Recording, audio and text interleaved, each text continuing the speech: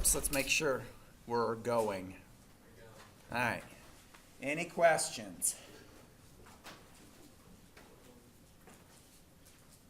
No questions? Okay, so let's talk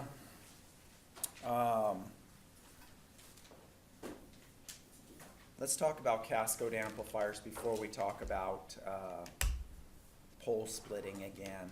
Sound good? All right, so let's just put a Cascode amplifier. And all a Cascode amplifier is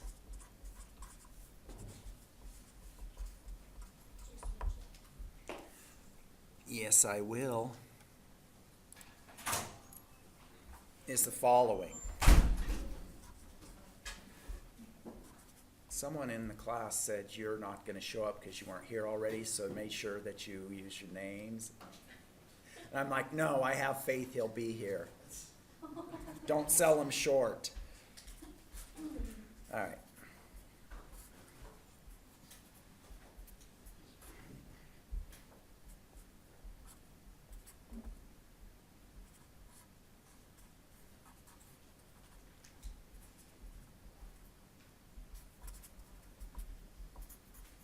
And when I draw these bias voltages, does everybody have in their mind where the bias voltages will come from?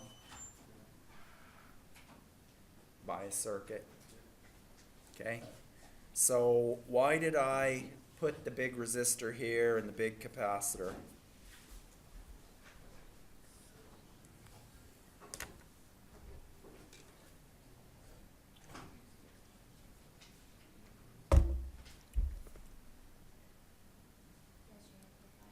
Well, because this is a current source, right?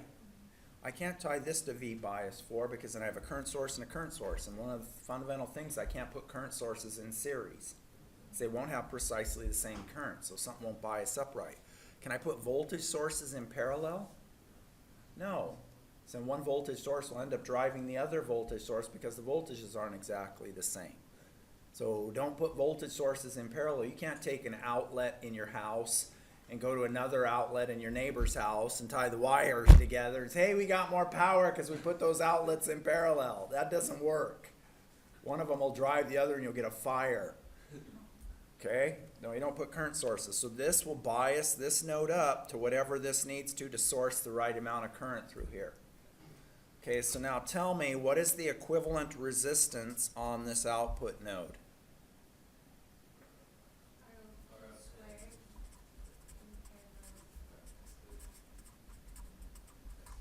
Anybody not understand what the impedance looking up there is? R out Cascode P, and looking down is R out Cascode N. We make sure this resistor is large compared to those output resistances, or else it influences the gain. And then what's the current that flows in this transistor?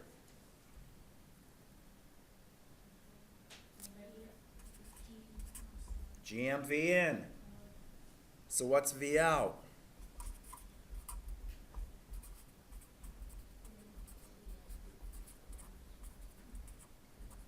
And what's the gain? V out over Vn minus GMR out Cascode. So let's talk about this in a little more detail on the next page. Any questions?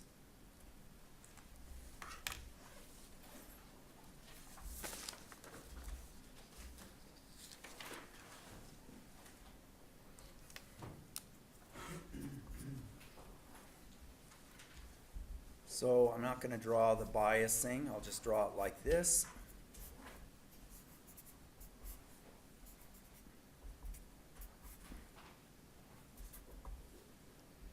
And if the current, so we'll draw the output resistances now out here. So I've got a question. What about the R out of this transistor and the R out of this transistor? We just lumped them outside here, right? They're not in there anymore. So now if I ask what's going on this node here, you say, oh, gee, you're not challenging me. It's GMN times Vn. Where does that current flow? Yeah, it flows to the ground, but where does it flow from? Yeah, through this transistor. It's got to be the same. This current flows down, flows out. Does everybody see that? But these are all AC ground. They're bias voltages, right? So this is AC ground. It's not DC ground, it's AC ground. So this current is GMVN. It's got to. They're in series, right? How much current flows in this guy? I mean, now that I've drawn the current and the resistance outside. I've already modeled this transistor with this current source and the output resistance, right? So now, what is this voltage here and why?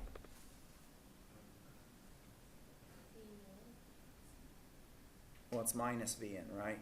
Because it's 0 minus this voltage is equal to, so ID, oh, and I also noticed, I think you said last time, Dane, at the beginning of the lecture, I wrote ID over GM or something, and there was a mistake in the note. Okay. Yeah, right. Wrote 1 over GM instead of GM or something like that. The brain was shut off. Gotcha. But ID is equal to GMVN, which is equal to GMVGS. We'll say 2. We'll call this M2, right? But V gate here is 0. Minus, we'll call this node V source 2. And so V source 2, just solving, is equal to minus Vn. So if I ask you on a test or a quiz, what is the gain from here to here and why? It's minus 1. You answer, okay, well the current flowing in here is GMVN. The current flowing in here is GMVN. So this VGS has to be equal to this VGS. This VGS is VI. This VG is 0. This V source must be minus VI. So the gain from here to here is minus 1. And you can prove it to yourself. Is everybody cool with that? What's the gain to the output?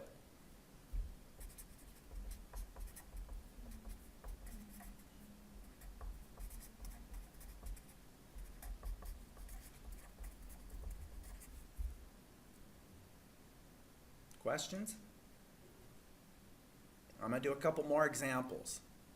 Why would I want to use this topology, and why is it used all the time when you design CMOS op amps and amplifiers? Why would I use a Cascode instead of just a regular CMOS amplifier? Yeah, higher gain. Much higher gain. And in an ideal op amp, the gain is ideally infinite. So let's do several more examples here. Let's do this one. I'm not going to put the biasing on again.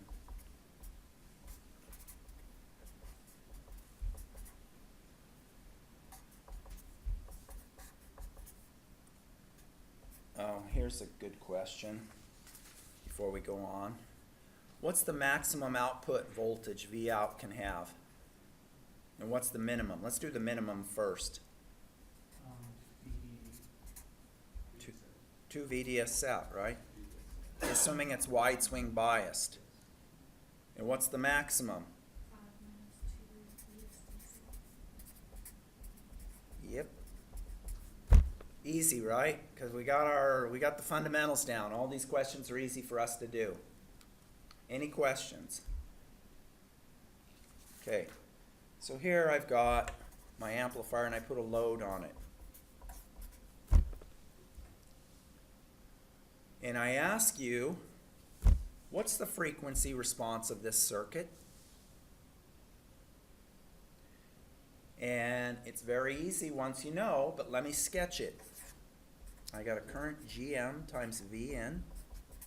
Parallel with that, I've got R out Cascode in, parallel with R out Cascode P, and then parallel with that I have CL.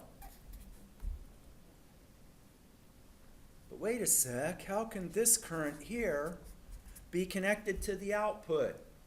Why did you draw that? Well, as we just discussed, where does that current come from?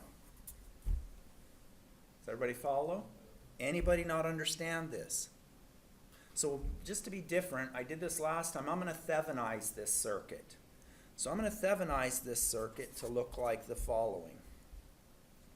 V in GM R out Cascode N in parallel with R out Cascode P. Resistor R out Cascode N in parallel with R out Cascode P. And a CL.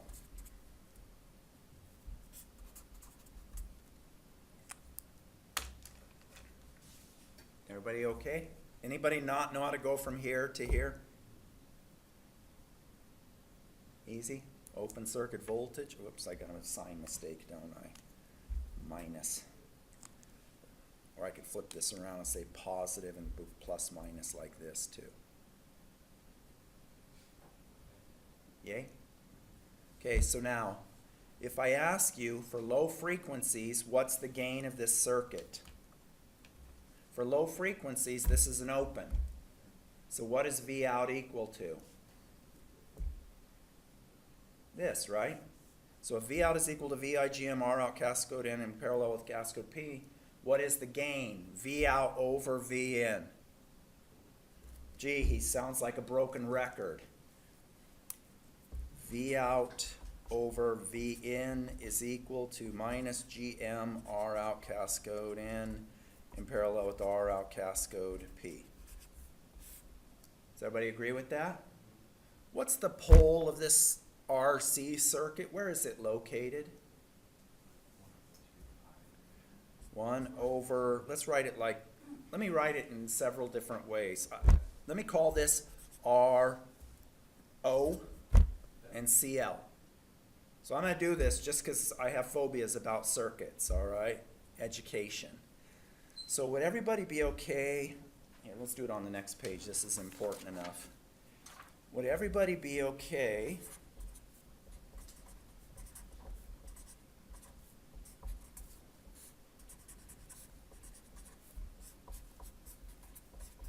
if I wrote V out is a voltage divider?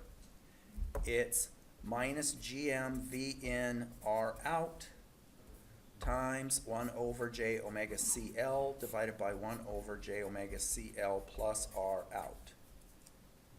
It's just a voltage divider, right? This is impedance 1 over J omega CL. This is R out. Any questions on that? Would it be okay if I multiplied the top and bottom through by J omega C out and move the VI over here? So I could write VI, V out over VI equals minus GM R out all over 1 plus J omega CL R out. So far, so good. And then what's this relative here?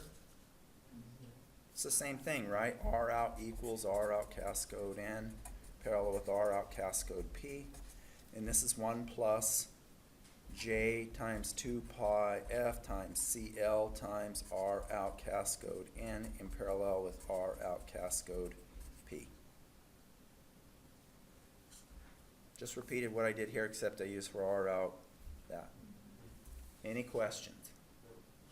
Okay, now, what did I say last time about when this omega's low, this is small compared to 1, and it's just 1, and that's our low frequency gain.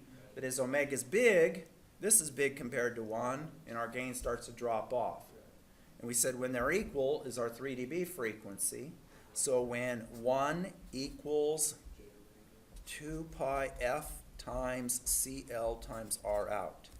Now, what is the value of F when this term is equal to minus 1? Just I'm going to do your system stuff here real quick. What is the location of the pole and where is it in the complex plane? Have you taken control systems? Yeah. So F is negative, right? So the pole is in the left half plane.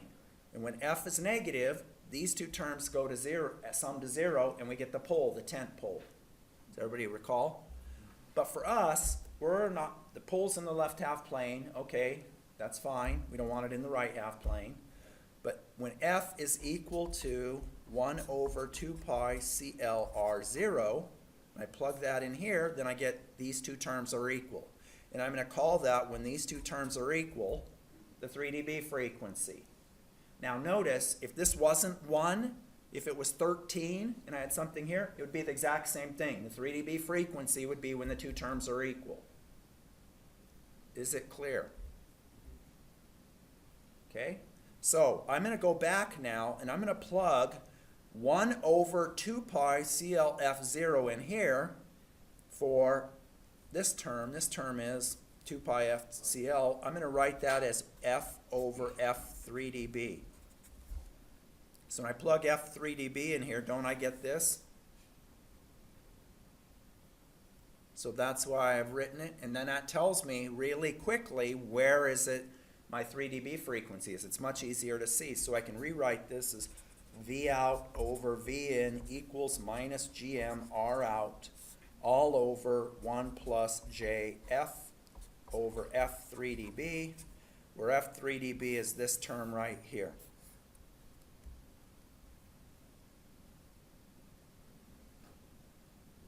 Now, are there any questions before I go on? So you're saying that you're setting that term equals 1 and solving for f? Yeah. So that gives you 3 dB. Yeah, by definition, when I do this, Back into the same equation again? by definition, when I solve for this, it's when this is equal, so it's not really F3 dB. It's F, and then I plug it in to remove the 2 pi and the CL0. So when I plug this in, it just becomes this, right? It's algebra. There's nothing, I'm not doing anything other than defining a term to simplify the equation, right? It's just A, B, F, C, D. Well, I don't want to write A, B, C, D. I just want to write X. So I just combine them together as 1 over A, B, D, E, whatever, and call it F3 dB so I don't have to write all those terms. Is it simple? Once you understand it, it's simple. Right? Does everybody follow? Okay, so now I go back and I look at this and I say, well, R out is a really big impedance. So if I were to plot the frequency response of that Cascode amplifier, this term may be 100 hertz.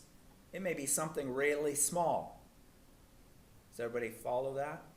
But before I do that, I want you to, and before we talk about this a little bit more, I want you to intuitively tell me the 3 dB frequencies, 1 over 2 pi CLR0, without looking at the math. Just look at this and tell me, why is the 3 dB frequency 1 over 2 pi R out CL? Yeah, the output impedance here is R out. The load is CL. So I can just look at it and by inspection say the 3 dB frequency is 1 over 2 pi R out times CL, because that's how much impedance I have here. Now let me ask you another question. If I connect this node, let's say this is the output of an op-amp. If I connect this node to a 1 kilo ohm resistor, what does it do to the gain? Changes the gain, but it kills it. Because now I've gone from 100 meg or mega ohm, you know, whatever the output impedance of the Cascode is, to a kilo ohm. Now my gain is horrible. So I can't drive a resistive load with the Cascode. What I have to do is I have to put a source follower or something on the output that has a voltage gain of 1 to drive the resistive load. Does that make sense? So when I say, oh, we have a really high output impedance, immediately in your mind, that's going to make us have a low frequency pull, which ends up not being an issue because we use it in a feedback configuration that extends the bandwidth. We'll talk about that later. But we also can't drive a resistive load, which is fine in a lot of CMOS applications because our load's capacitive. Okay, but we can't put a resistor here like in your projects. You have, oh, I've got an op-amp, I need to drive 1 kilo ohm. You go take a folded Cascode amplifier, one of the amplifiers you see in the book, and you connect a 1 kilo ohm here, and you know what? It doesn't work. You got to have an output buffer, something to isolate the high gain from the resistance. Okay, so I want to move on, and I'm not move on, but I want to revisit this right here a little bit. Okay, but I'm going to write it as this term right here for now. I'm going to rewrite this equation on the next page. Are you sure there are no questions? So just to be clear, Yep. F over F3 dB, that's equal to omega CL R out, right? Yeah, so this, Phasor effect, is this. So when I plug in the F3 dB, It's just the same. yeah, yeah, so that this is F times 2 pi times CL, and I just flip it in and call it that. It's just algebra. For the output buffer, how does it isolate necessarily? Like, because isn't there a relation between each stage for the overall amplifier? Like, aren't they related? No, if you have a gain, say you have a gain of 10,000, Yeah. okay? You can't put a resistive load there because that kills your gain and drops it to 1, right? So what you do is you put some sort of buffer, like a source follower, which has a gain of, say, 0.7, whatever it is, right? So now the gain from here to here is 7,000. But the source follower can drive to 1K. Does that make sense? So you still have overall gain, because for an op-amp, you want to have as high a gain as possible. Okay, so let's go back and look at this equation again. So I'm going to rewrite, what's the low frequency gain looking at this equation? Yeah, GMR out. So I'm going to go back now and I'm going to write V out over V in is equal to minus GMR out all over 1 plus J 2 pi F times CL times R out. Does everybody agree I just rewrote this?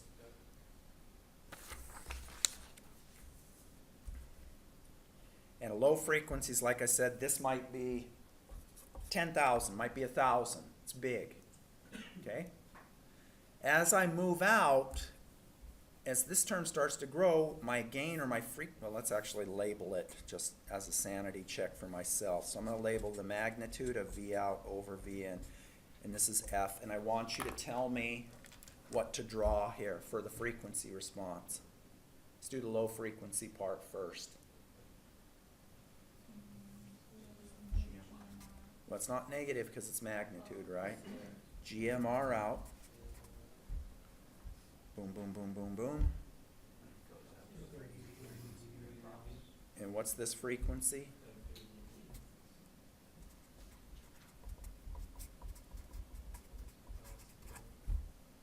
Right? Now, what I'm concerned with is this frequency, which I'm going to call the unity gain frequency. Fun. I told you that story. Years ago, I had a student come back and I asked him, you know, he was working in semiconductors, and I asked him, you know, how was analog? Or we started talking about analog. He said, the only thing I remember about the class is you standing up front saying FU, FU, because I used the symbol F sub U for unity. So in the later later versions of my book, I changed it to F sub unity. Of course, he had a sense of humor, so.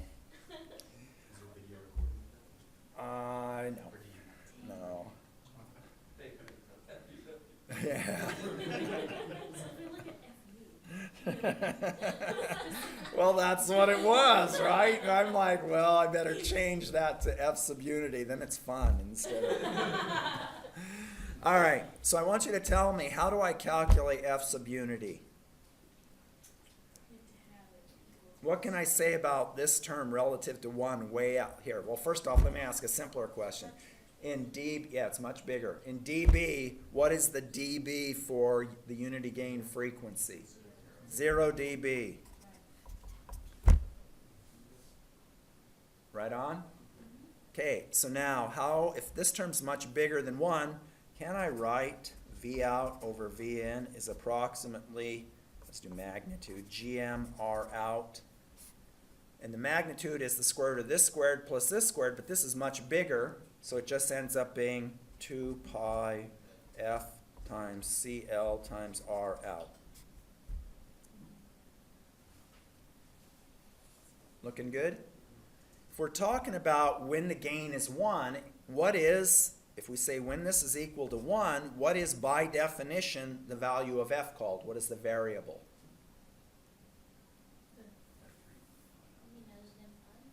It's fun. Yeah. By definition, when the gain, open loop gain is 1, when this gain is 1, the frequency is called the unity gain frequency. So I can write F unity is equal to GM over 2 pi CL. And when we design Cascode amplifiers and we talk about the unity gain frequency, we're going to use this over and over again. Any questions?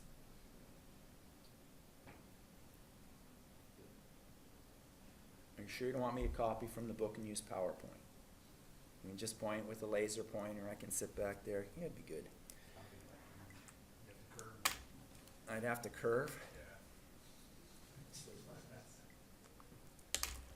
Okay. I want to do one more Cascode example, but before I do, are there any other questions?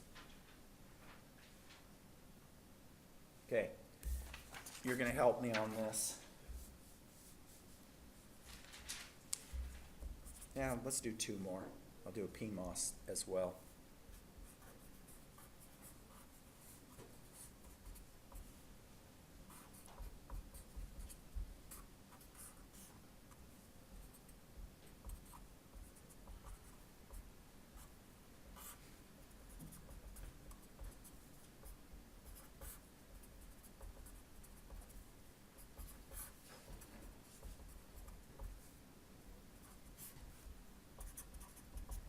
So far, so good, right?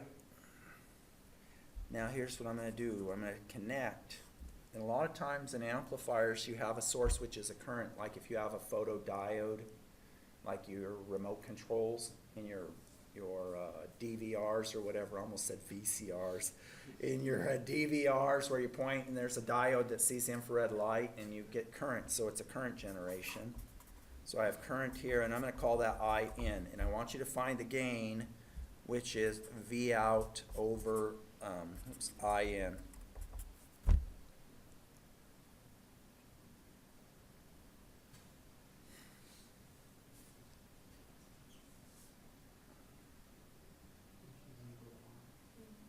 What is it? So tell me what to do. Instead of your resistance is going to be the Yep. Cascodes. Yep. Would anybody be bothered if I called this R out? You'd be thinking I'm lazy because I'm not writing out the whole thing. I apologize. And then your current would just be Where it is, how much this resistant don't have any resistances. What's the VGS here? 0. 0.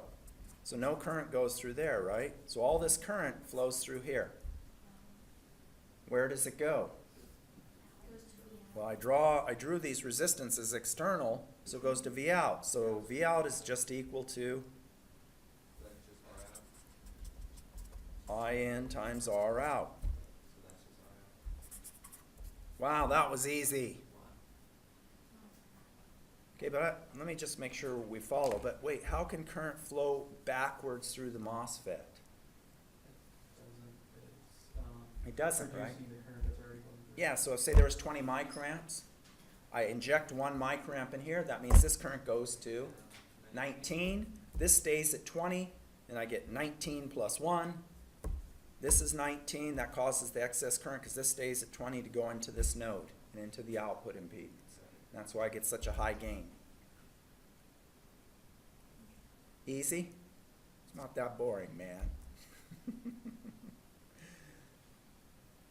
Yes, it is. Okay, let's do one more. I'm like, man, they're getting this. I'm going to give them a quiz problem on Tuesday on Cascodes, and they're going to be like, slam! It's easy. Maybe. I started keeping them in my luggage so you won't know. It's a great booster. All right. Let's do one more. Do quizzes cause you stress? Yes. You can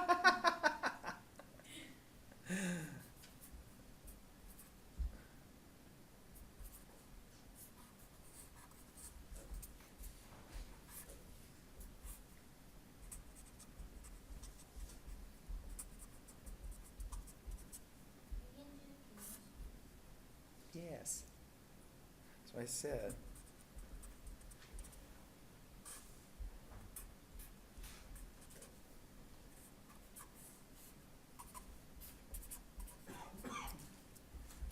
Let's Actually, you know what? Let's do this. Make it a little different. So this comes in and goes down. So then that's still counted as VDD? This is VDD. This one isn't. Okay.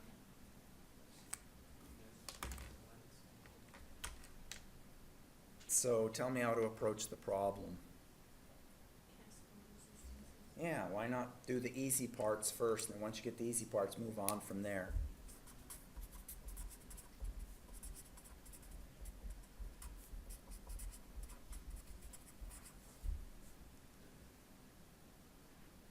Looking good? What's the AC voltage there? What's the AC voltage there? What's the AC voltage there? So what is V source to gate equal to? So what is the current that flows through there then? It's minus. VSV minus gain. Well, it's ID, which is GMP times VSG, which is GMP, whoops, sorry, times minus VN. Right?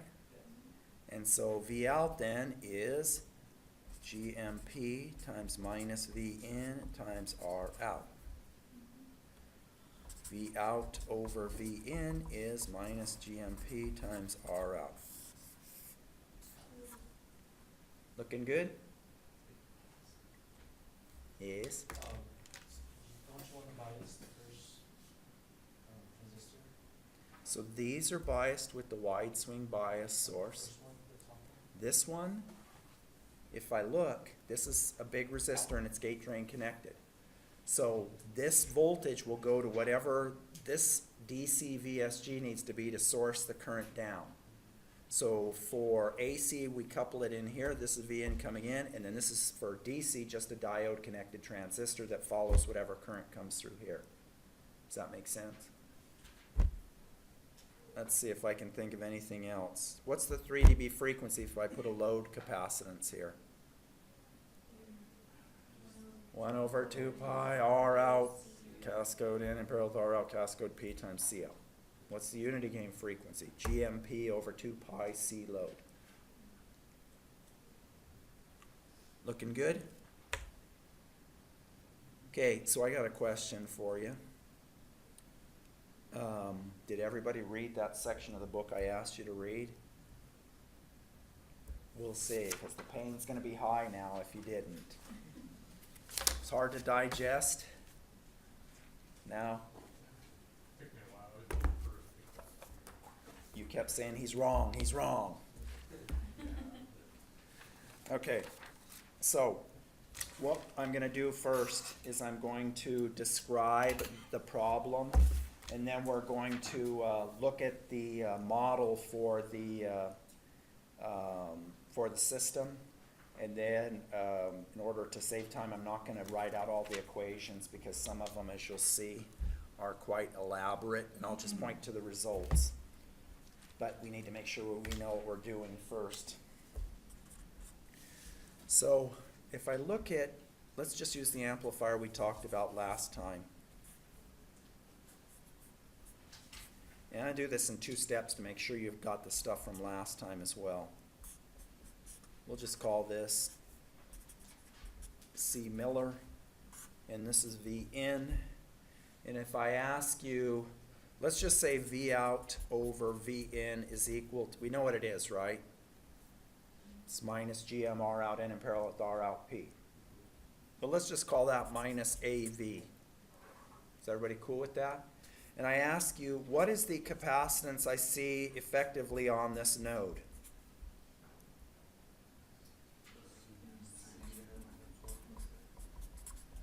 Notice the Miller capacitance is always for negative gain amplifiers where one side is going in one direction and the other side's going in the other direction by a large amount. Is everybody cool with that?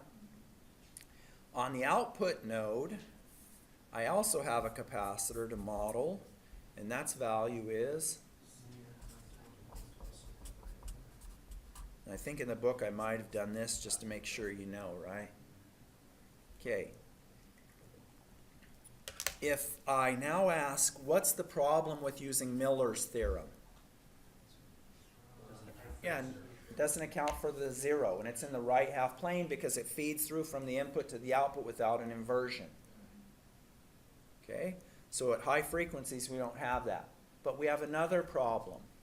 If I have a, okay, so everybody's cool with this? If I have a resistor here called RS, and I connect that RS to my V source, and I call this V in, as I start, this could be a really big capacitance because AV could be large, right? So as I start to increase the frequency of the input source, this voltage here could start to roll off. Does everybody agree with that? Because it forms an RC circuit. If it starts to roll off, this voltage is also going to start to roll off, correct? Okay.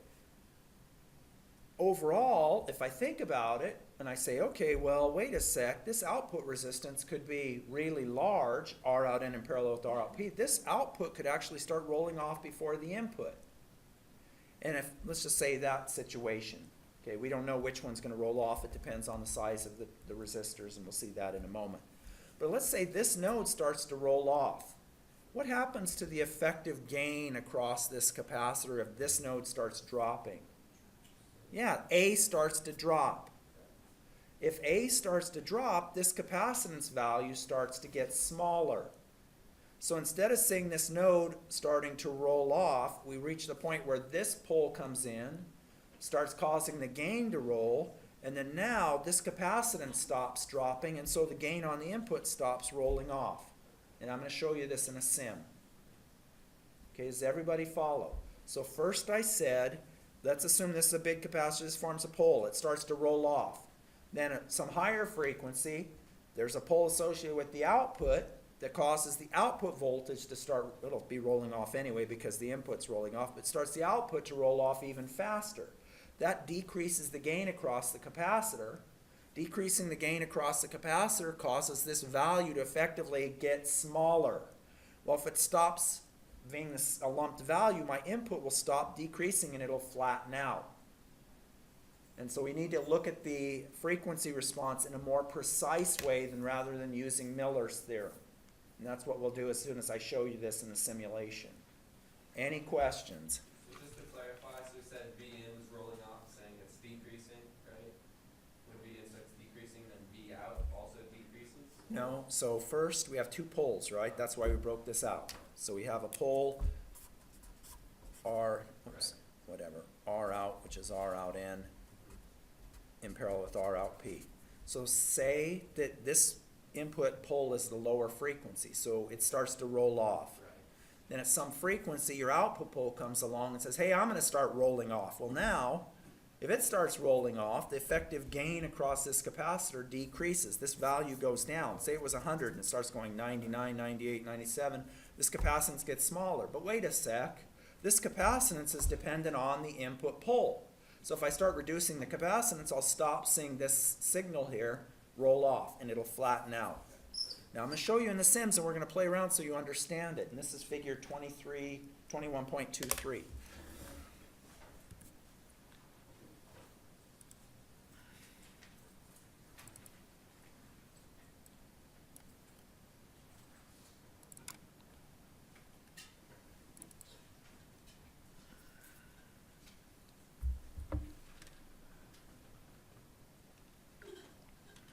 Okay, so here's exactly what I'm talking about. We have some capacitance here, which we haven't put any extra. It's just the gate to drain capacitance. I'm going to hit run, and notice we're going to plot V in. So I hit run, and we see with V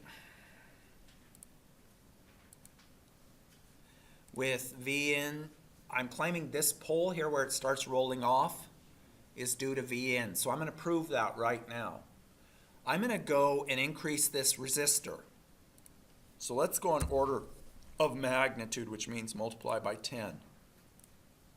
So what do I expect this pole to do now that I've increased the resistor by a factor 10 on the input? What should happen to the 3 dB frequency? Yeah, it should decrease. If I look, let me see, the 3 dB frequency of the input's 1 over 2 pi Rs times the capacitance.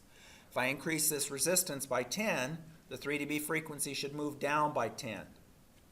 Let's see what happens. Does anybody not follow that? If I ask you, hey, you got a diameter pipe that's this big, and now all of a sudden you shrink it to this big, how long does it take to fill up that capacitor, or rather that bucket? It takes longer, slower. Now that's exactly what I'm doing. Things move slower. It's going to move down. So I hit run, and this shifted a little lower, but you see how the pole's way down here now? I mean, it's not plotting 0 dB on the top like it did before, but we can go back and put that at 0 and replot. You see how it moved down?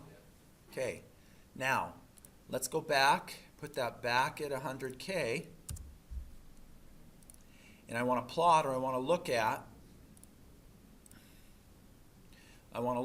the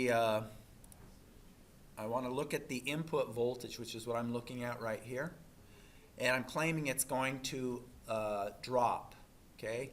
And if I look at this, and we'll see if this makes sense, I'm claiming that the input is starting to flatten out right here.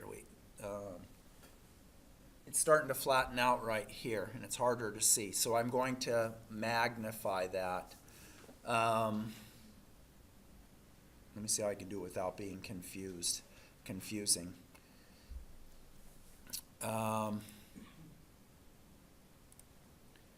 Let's exacerbate the problem by putting a capacitor here. Let's just do a Control R, plop it down, and capacitor, and I get a resistor. There we go. Let's just put 1 pico.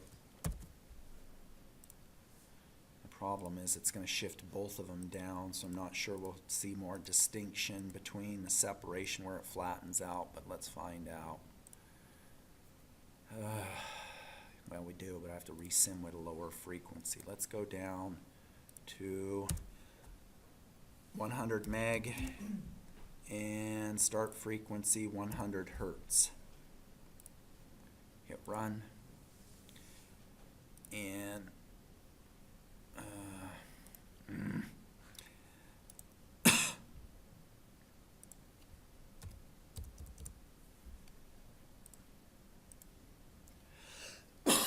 all right.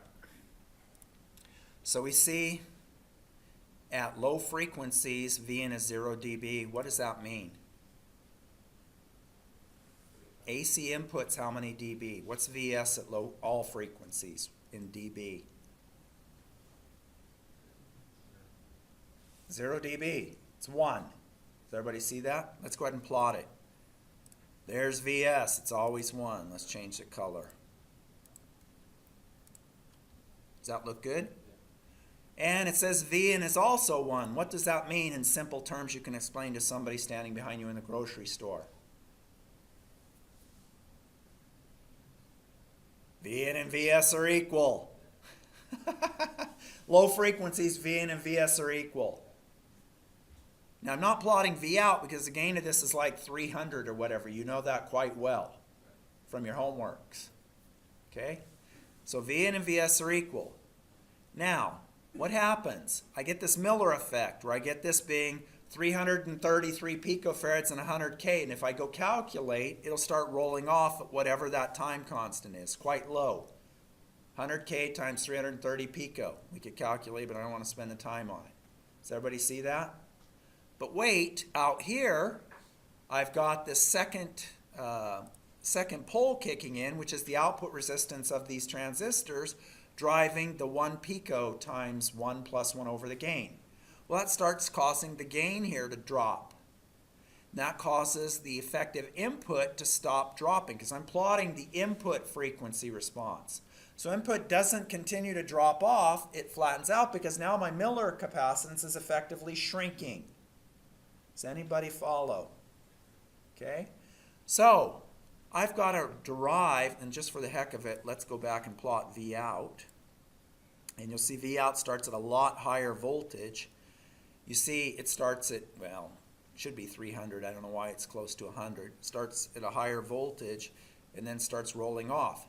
Now, what's interesting is that when the second pole associated with the output starts to fall off, that's when the input pole starts to flatten out, so it continues to go down at 20 dB per decade. So we don't see that output pole, but we know where it is. It's right here, and we can calculate it without too much problem. Why don't we do that? Okay. What is the effective capacitance, knowing I've got a 1 pico right here? What is the effective capacitance on the output node? Yeah, 1 pico plus 1 over 330 or whatever the gain is, which is essentially just what? What's the effective capacitance on the output? 1 pico. Wait, does everybody understand? I'm asking a trivial question. Here's a capacitance right here. On the output, it's 1 pico plus 1 over the gain. The gain is big, so it's essentially just 1 pico. Now I'm going to ask you another trivial question. What is the pole associated with this output? Yeah, R out, which is R out N in parallel with R out P times 1 pico. Tell me from all the homework you've done, what is R out N in parallel with R out P? Let me look in the back of the book. One of them is, yeah, 5 in parallel with 4, 2.2. So I've got a time constant at 2.2 and 1 pico. So I'm going to go calculate that and see if I can find out where the pole is. It's F equals 1 over 2 pi times, I'll be lazy and just say 2 meg times 1 pico, which is 1 over 2 pi times 2 microseconds, which is 78 kilohertz if I did it right in my mind.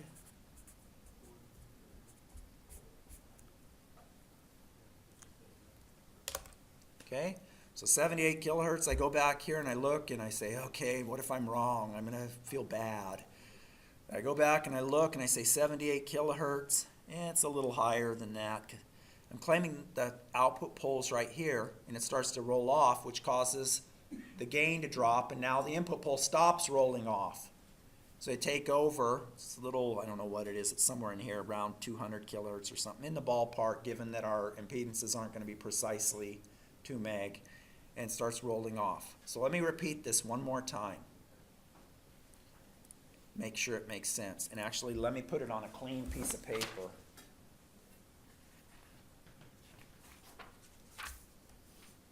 So the Miller capacitance is effectively decreasing because the gain is decreasing? Yeah, the Miller capacitance is effectively dropping because the gain of the amplifier drops when we hit that second pole and the output starts rolling off. Okay. So let's see. Let's draw it simplistic. Okay, so we have simplistically RS CM times 1 plus 1 over the gain. And then we have GM VN R out N in parallel with R out P. And then we have CM times 1 plus, whoops, sorry, 1 over A. Freudian, I wanted to get through that. Okay, so in this circuit, this is a lower time constant, or a higher time constant, lower 3 dB frequency than this one. So I plot this input voltage, and the input voltage does the following. 0 dB starts rolling off. Is everybody cool with that? Okay, what does it start rolling off at? 1 over 2 pi RS times CM times 1 plus A. Right? Overall, my overall gain does what? What is the DC gain here? GMR out. Right? There's VN, there's GMVN, it's times R. Oops, shoot. I got this drawn wrong. This is R out N in parallel with R out P. And we could Thevenize it like we did before. Is everybody cool with that? So the output starts rolling off. Now, the input starts to flatten out at this frequency, which is 1 over 2 pi R out N in parallel with R out P times Cm times 1 plus 1 over A. Well, what's happening? The output starts dropping, so my gain A is no longer GMR out. It starts to drop. That causes my capacitance here to effectively get smaller. So this stops rolling off and starts to flatten out, just like I said. However, the output continues to roll off. It continues now because it has a pole here that we went above, and so it continues rolling off like this. Does everybody follow that? So I go back and I look at the sim, and I go, oh, that makes total sense. Here, and then over here, what happens? Well, we get another pole that's way out there high in frequency. Yeah, that's pushed out here that continues the roll off. And if we go out to 11, what are we going to see? We're going to see the 0 kick in, which we covered last time, which is like 11 megahertz for a 1 picofarad capacitor. Okay, so what I want to do is I want to review the pole splitting. So does everybody see if we just use the simple, does everybody see if we just use the simple Miller's theorem, that it doesn't predict this capacitance getting smaller and pushing it out. So we've got to use this detailed model.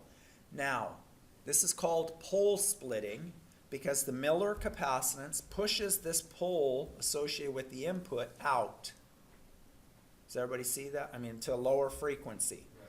So when I put the capacitance, the Miller's theorem pushes this down. Now, think about it for a second. Effectively, when I look at the location of the second pole, I don't see it until way out here. Even though it started rolling off, even though F2 started rolling off, because that input has flattened out. So the input flattening out has caused my overall frequency response to continue falling as if it was due to the first pole. Am I losing everybody? I'm sure if you read, I'm not losing you, right? So it makes it appear as though that second pole, instead of being at 78 kilohertz, or what we calculated, is now way out here at a gigahertz. So this is called pole splitting because it moves the low frequency on, say, in the input down to a low frequency, and the one on the output, it makes it appear as though it's moved way up in frequency if we go V out to Vs. So it moves the two poles apart, and we're going to see that. Any questions? We ready for some massive circuit stuff? So when it moves those two poles apart, does it effectively make the bandwidth larger? Yeah, so what it does is it effectively pushes out the bandwidth, but it also introduces this pole here at a low frequency. And when we need that because it stabilizes the op amp or the circuit in a feedback loop. Okay? Because if you don't have that, then the feedback can result in instability. And we'll cover this more in chapter 24. All right? So let's go. You ever feel like my lectures are fluffy and you don't walk out of there going, man, that was a waste of time. You didn't cover anything new. Yes, all the time. All right. These damn jokes are just not funny. All right, so this circuit is, what's that? Tough crowd. Tough crowd. No, I think it's just hard, and it's hard to focus. And, yeah. I think we've just heard them all so many I times. know, they're boring. It's like, man, he's saying the same old stupid jokes. He needs to get some new material. All right. Well, I could just never joke. And I think being around people that never joke sucks, so need to have some fun. All right. One of my favorite things is watching YouTube jokes. People do jokes on YouTube. Oh, man, it's good. Good stuff. Although some of them I'm like, a little inappropriate, you know. I was watching one a day or so ago when this was a teacher prank, and the students, I think it was high school or something, and the teacher had the policy that if you don't shut off your phone and it rings in class, you have to answer it with the speaker phone on. Shut up, pregnancy risk. Yeah, you saw that? Yeah. Yeah. Like, the teacher's like ready to cry. I'm so sorry. Yeah. And he goes, so if I get a baby, I'm going to name it April Fools. Oh, all right. That's something I'd be feeling really bad, but then I'd be like, turn off the damn phone. I have this phobia. You go to school and you get your engineering degree, and then you get a job and you can't stop fiddling with your phone while you're working, you know. I told you that story when I did jury duty, right? I didn't tell you about that. I did jury duty last year, and one of the guys I worked with worked for Southwest Gas, and he was telling me that, you know, he asked me, what do you think of the younger generation? Do they have good work ethic? And I'm like, yeah, I think it's great. And he says, well, I hired this intern, and he was such and such, and he couldn't keep his fingers off his phone, and his dad worked at Southwest Gas, and I finally told him if he doesn't keep his fingers off his phone, I'd be out in the sun shoveling, he'd be over there playing on his phone, and we'd get fired, and went on all about it. I'm like, nightmare. Anyway, okay, so I want to make sure you know this isn't all new. This part of the circuit we've already looked at, right? We did last time from Vn without the resistor and the capacitor here all the way over, and we derived the zero. Okay?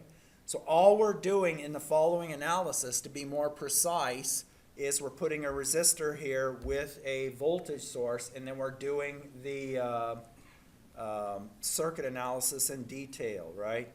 And so this is the result we had before, and I'm assuming everybody went in. The zero's in the exact same location. And let me actually just cut to the chase here, because I want to do some simulation examples. If we put it in a generic form like this, and I want to go through and I want to explain what this is, because we're going to use this the rest of the semester, this page right here. This can represent the first stage in an amplifier. This is the capacitance on the output of the first stage. This is the capacitance between the input of the first, output of the first stage and the output of the second stage.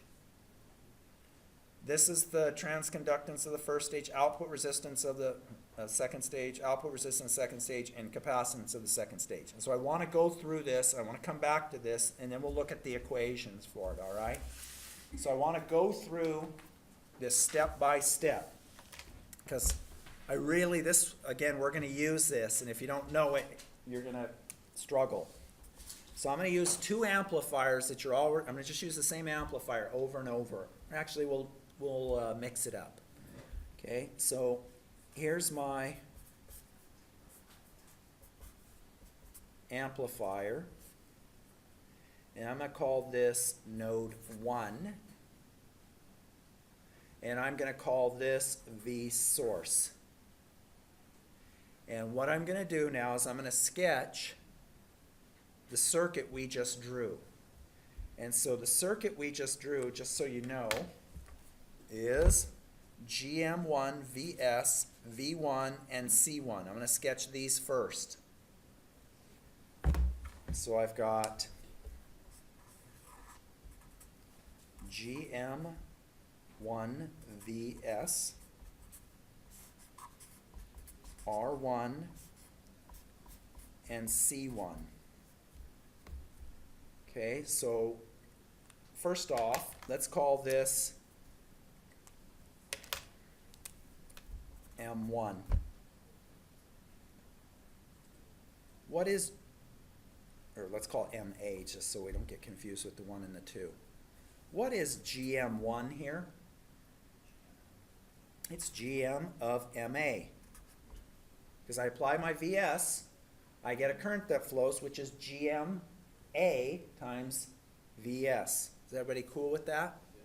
This current source is from this Mosfet. That's what I replaced the Mosfet with. Now, what is R1? What is the resistance on this node? Easy, right? Everybody cool with that? Now, before I do C1, I'm going to do C1, but I'm going to do it in two parts. C1, what is the AC voltage? This is AC ground, right?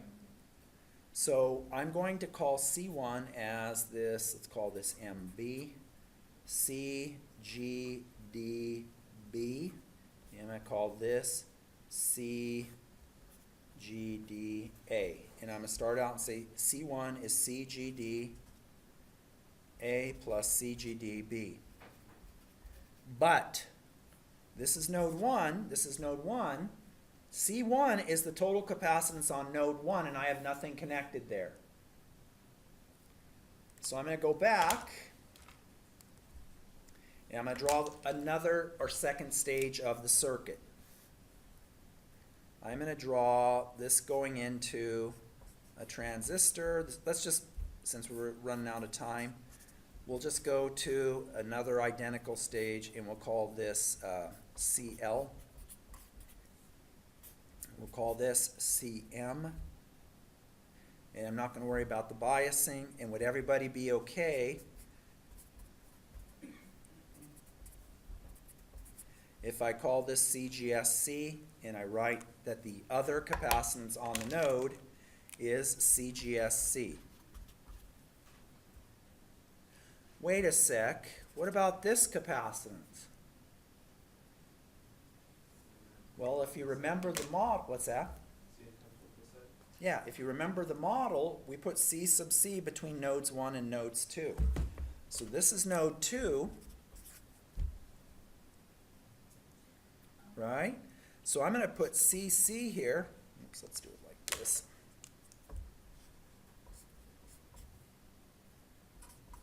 Which is CM plus CGDC.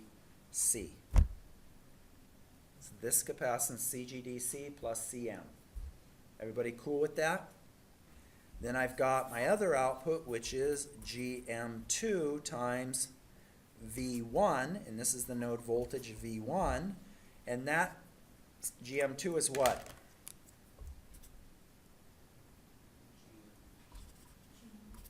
GMC. And what is R2?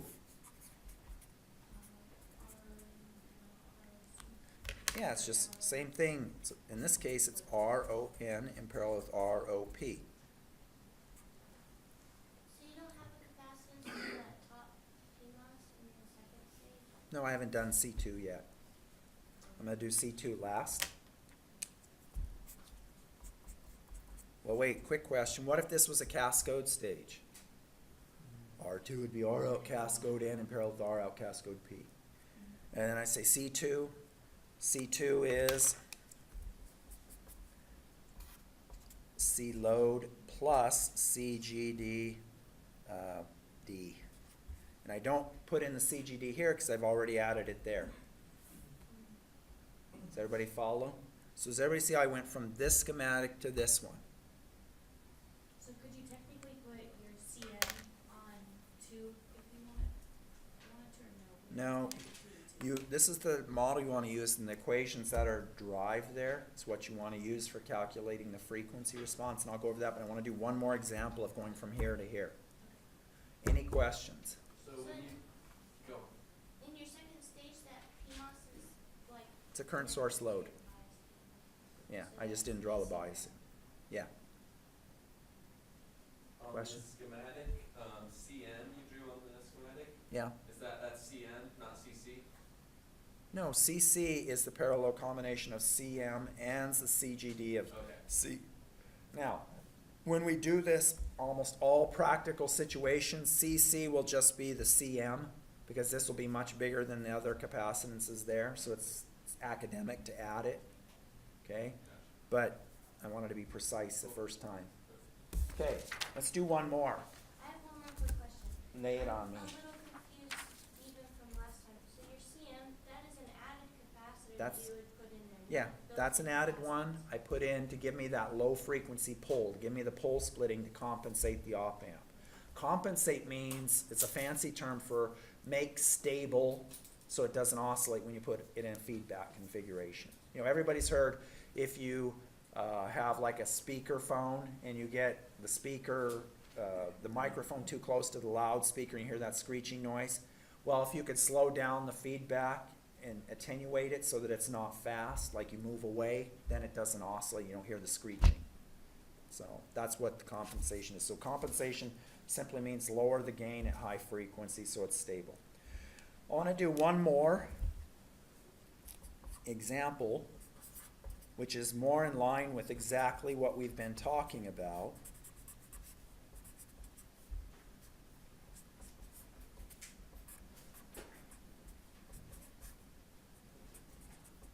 I'm not going to worry about the biasing here for now. And I want you to tell me which is node 1 and which is node 2, because I just went through 2 amplifiers.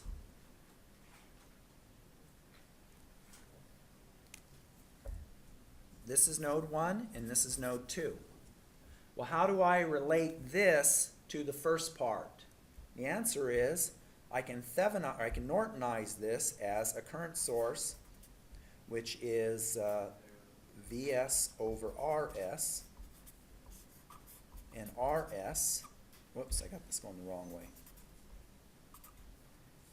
and then node 1. Does everybody agree with that?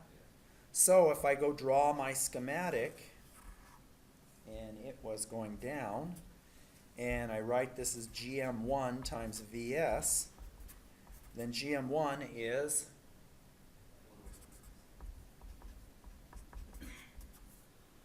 does everybody agree with that? And then my RS is here. And then my C, this is still node 1. My C1 is equal to, and so this is R1. And my C1 is equal to ecg620.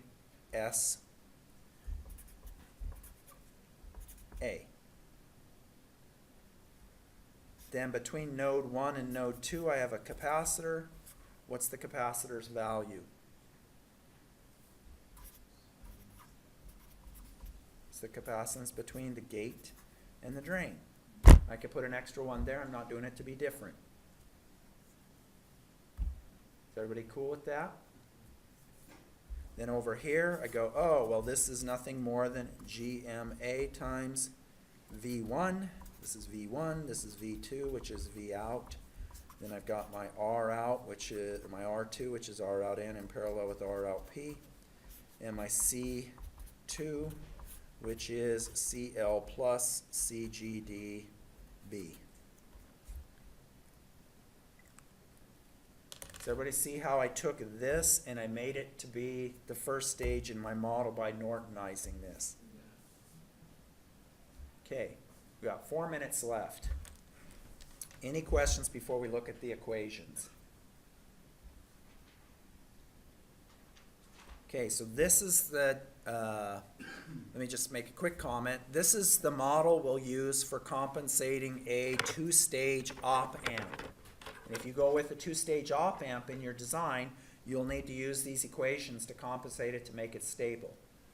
Now, when we design a 1-stage or OTA op amp, we don't need to use this. We can compensate with the load capacitance because a 1-stage op amp cannot drive a resistive load.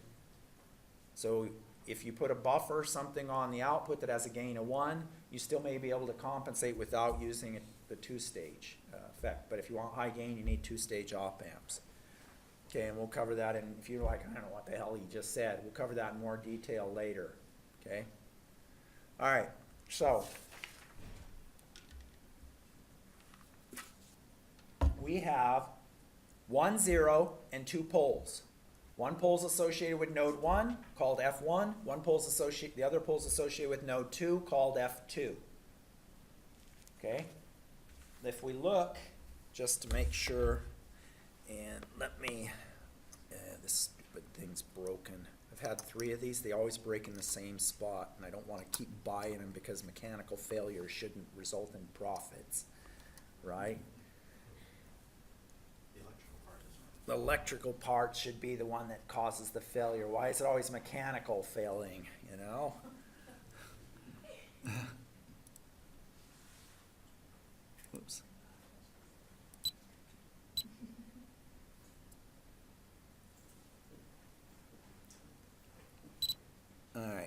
So here we see our 0 and our two poles, F1 and F2, and our low frequency gain. Our low frequency gain is just GM1 R1 times GM2 R2. That's why when we add the resistor, GM1 was 1 over RS, R1 was RS, and so this product was 1.